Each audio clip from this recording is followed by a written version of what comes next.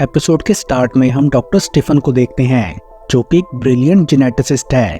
वो जानलेवा कैंसर जैसी बीमारियों के खात्मे के लिए नैनो टेक्नोलॉजी पर रिसर्च कर रहा था।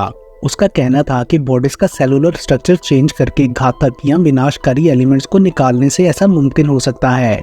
डॉक्टर स्टीफन क्लेबोर्न यूनिवर्सिटी में अपनी इस रिसर्च को एक एक्सपेरिमेंट के थ्रू दिखा रहा था। वो स्क्रीन पर एक पानी की तस्वीर दिखाता है, जो कि मैन मेड पोल्यूटेंट्स की वजह से बीमारियों से भरा हुआ था, लेकिन फिर उसके बनाए गए सॉल्यूशन की वजह से उस पानी का रंग बदल जाता है।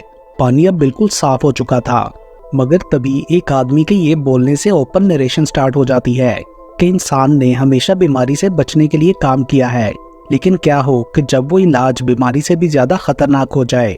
यहाँ पर एक्चुअली डॉक्टर स्टीफन की बनाई गई नैनोबोटिक मशीन की बात हो रही थी, जो कि किसी भी बीमारी को ठीक कर सकती थी।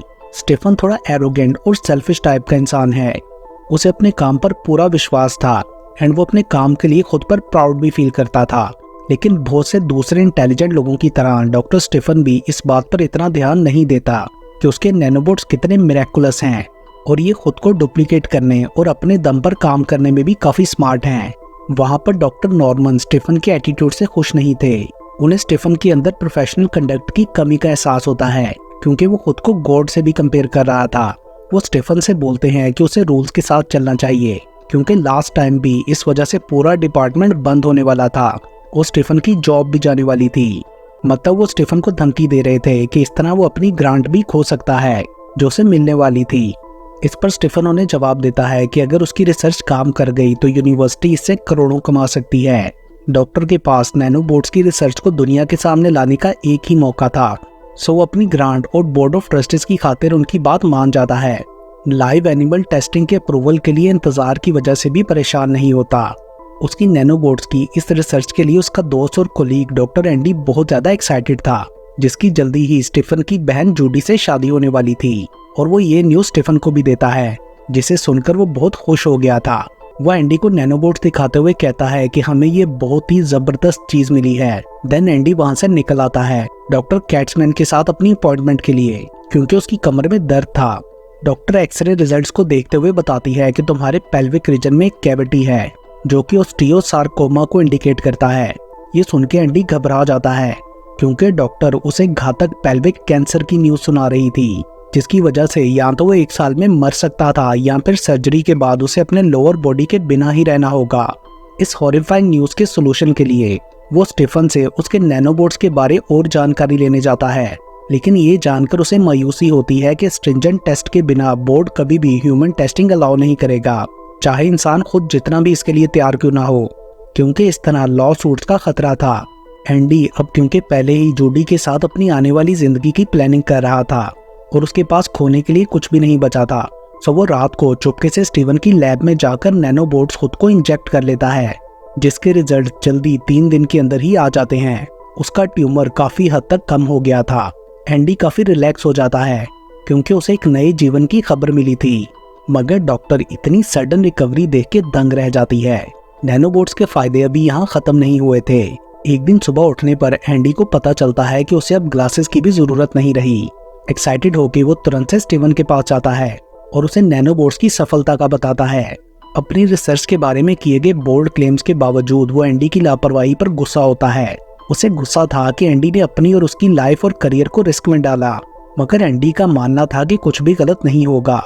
वो स्टीफन को अपनी बॉडी का 20 साल पुराना स्कार भी दिखाता है, जो कि अब हील हो चुका था। स्टीफन को फिक्र थी कि नैनोबोट्स एंडी की हेल्थ पर क्या असर डालते हैं। साथ ही उसे डर था कि अनटेस्टेड ड्रग को इंसान पर यूज करने से उसे जेल भी जाना पड़ सकता है। एंडी बोलता है कि तुम इस बात की फिक्र मत करो, क्योंकि मैंने ये खुद किया, तुम्हें तो पता भी नहीं था, सो तुम इसके लिए रिस्पॉन्सिबल नहीं हो। साथ ही एंडी बोलता है कि मैं पब्लिक के लिए एक प्रूफ बन सकता हूँ कि नैनोबोट सच में काम करते हैं, जिस पर स्टीफन उसे समझाता है कि हाई प्रायोरिटी रिसर्च प्रोजेक्ट के साथ छेड़छाड़ करने पर तुम्हें यूनिवर्सिटी से निकाला जा सकता है, या पूरी जिंदगी के लिए किसी अनमार्क्ड मेडिकल लैब में भी बंद करके रखा जा सकता है। वहां तुम्हारी बॉडी में नीडल्स लगा दी जाएंगी। स्टीफन को डर था कि नैनोबोट्स एंडी पर कुछ रिएक्शन शो करेंगे, सो वो उसे अपनी बॉडी से खत्म करने के लिए कहता है, मगर एंडी मना कर देता है, क्योंकि उसका मानना था कि वो अपनी लाइफ में सबसे ज्यादा फिट अब फील कर रहा है। उसका कहना था कि नैनोबोट्स उसे प्रोटेक्ट करेंगे और हेल्दी रखेंगे। साथ में उसे ये डर था कि अगर उन्हें डीएक्टिवेट किया गया तो कैंसर दोबारा आ सकता है। इसलिए वो स्टीफन से कहता है कि तुम मुझे बस अपनी रिसर्च को प्रूव करने के लिए अपॉर्चुनिटी के तौर पर लो। एंड एट लास्ट स्टीफन भी उसकी बात मान गया था। देन वो लोग नैनोबोट्स के और बेनिफिट्स और बिहेवियर्स रिकॉर्ड करने के लिए फर्दर टेस्ट करते हैं।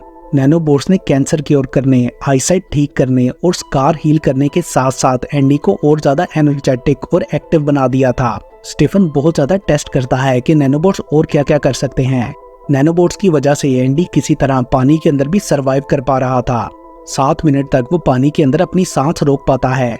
नैनोबोट्स ने उसकी सिवियर बर्न स्किन को भी रिपेयर कर दिया था बस कुछ ही सेकंड्स में। एंडी बोलता है कि वो स्टीफन और नैनोबोट्स का बहुत ग्रेटफुल है कि उन्होंने इसकी लाइफ इंप्रूव की। अगले दिन वो जूडी के साथ जॉगिंग के लिए जाता है तो बिल्कुल भी नहीं थकता, जिसे देखकर जूडी काफी हैरान थी।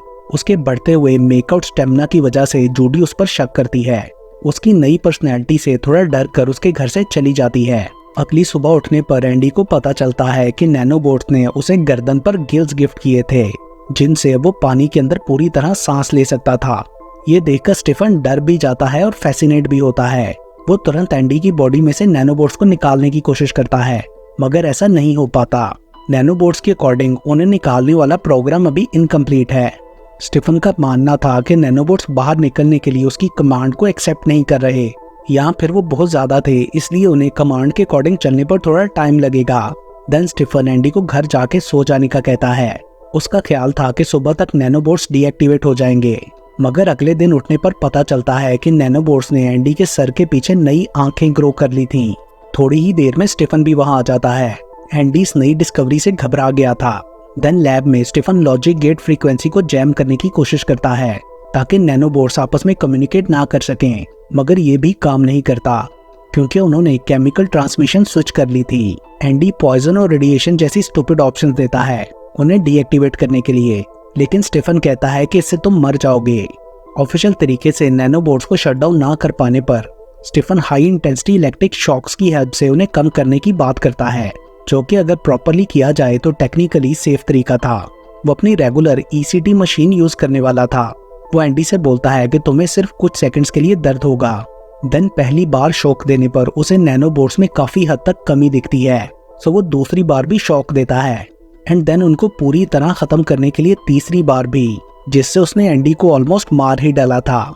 उसका दिल रुक गया था, मगर तभी नैनोबोट्स उसे दोबारा जिंदा करते हैं, जिसके तुरंत बाद एंडी उठ के स्टीफन से पूछता है कि उनका प्लान काम किया या नहीं, मगर स्टीफन कहता है कि वो अभी भी तुम्हारे अंदर हैं और उन्होंने खुद को डुप्लीकेट करना स्टार्ट कर दिया है। कुछ ही देर में वो दोबारा से अपनी फुल फोर्स में आ जाएंगे। एंडी बोलता है कि हमें इलेक्ट्रिक शॉक दोबारा देना चाहिए, बट स्टीफन कहता है कि तुम दूसरी डोज बर्दाश्त नहीं कर पाओगे। स्टीफन को डर था कि इस तरह कहीं एंडी की जान ही ना चली जाए, सो वो बोलता है कि तुम उम्मीद ना छोड़ो, हम नैनोबोट्स को हराने का कोई ना कोई तरीका ढूंढ लेंगे।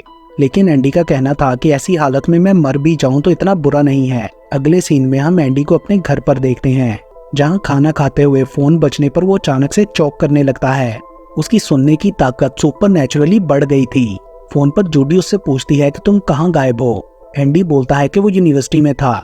जूडी शादी के बारे में कुछ बात करने के लिए उसके घर आना चाह रही थी, मगर एंडी ये कहते हुए तुरंत से मना कर देता है कि ये सही टाइम नहीं है। साथ ही वो जूडी को यकीन दिलाता है कि सब ठीक है, बस वो थका हुआ है। इसके बाद स्टीफन एंडी को देखने के लिए वहां आता है। एंडी ने खुद को पूरी तरह कवर कर रखा था। उसकी हालत काफी मिजरेबल लग रही थी। स्टीफन ये देखकर शॉक्ड हो जाता है कि इंटरनल और एक्सटर्नल खतरों से बचने के लिए नैनोबोट्स ने एंडी की बॉडी को शील्ड कर लिया था, जेलीफिश की तरह की फॉर्मेशन और एक्स्ट्रा पसलियों से।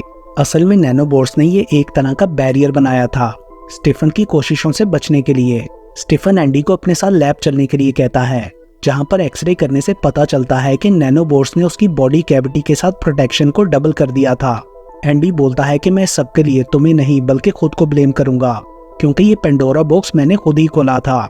एंड देन डेस्परेट होकर अपने इस टॉर्चर को खत्म करने के लिए एंडी खुद पर नाइफ पॉइंट कर लेता है। स्टीफन ये कहते हुए उसे रोकने की कोशिश करता है कि हम पब्लिक में जाके दूसरे साइंटिस्ट की हेल्प ले सकते हैं, बट एंडी ये सब नहीं करना चाहता था। वो ये भी नहीं चाहता था कि जूडी उसे किसी पागल के तौर पर याद रखे।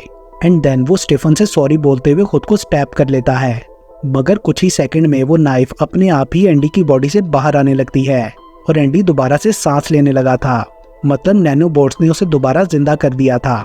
एंडी बोलता है कि 2 हफ्ते पहले शायद उसने अपनी आत्मा को नई जिंदगी के लिए बेच दिया। अब उसे वो तो मिल गया जो वो चाहता था, लेकिन अब जीने की ख्वाहिश नहीं बची और वो मरने के लिए बेचैन था। उसे अपनी इस फिजिकल कंडीशन पर गुस्सा भी था और मर ना सकने की वजह से मायूसी भी। वो स्टीफन से बोलता है कि कुछ भी करके या तो मुझे ठीक करो या मार डालो। साथ ही वो स्टीफन को वोल्टेज बढ़ा के इलेक्ट्रिक शॉक देने का कहता है ताकि नैनोबोट्स अपना डिफेंस ना बना सकें और ख़त्म हो जाएं। मगर बहुत कोशिश के बाद भी स्टीफन नैनोबोट्स को डीएक्टिवेट या रिमूव नहीं कर पाता।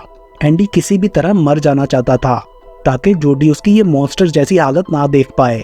सो कोई रास्ता ना मिलने पर एट लास्ट वो दोनों एंडी को इलेक्ट्रिक शॉक की लीथल डोज देने के लिए एग्री हो जाते हैं ताकि नैनोबोट्स भी खत्म हो जाएं और एंडी की जान भी चली जाए।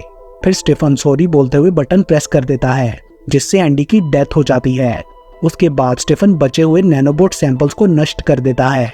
उसने आखिर में अपनी लैब भी जला दी थी ताकि कोई एविडेंस ना बचे।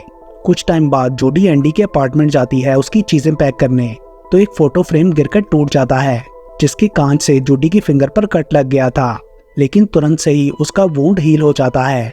मतलब मेकआउट करने से कुछ नैनोबोट्स शायद जोडी के अंदर चले गए थे। और इसके साथ ही ये मूवी यहीं पर खत्म हो जाती है।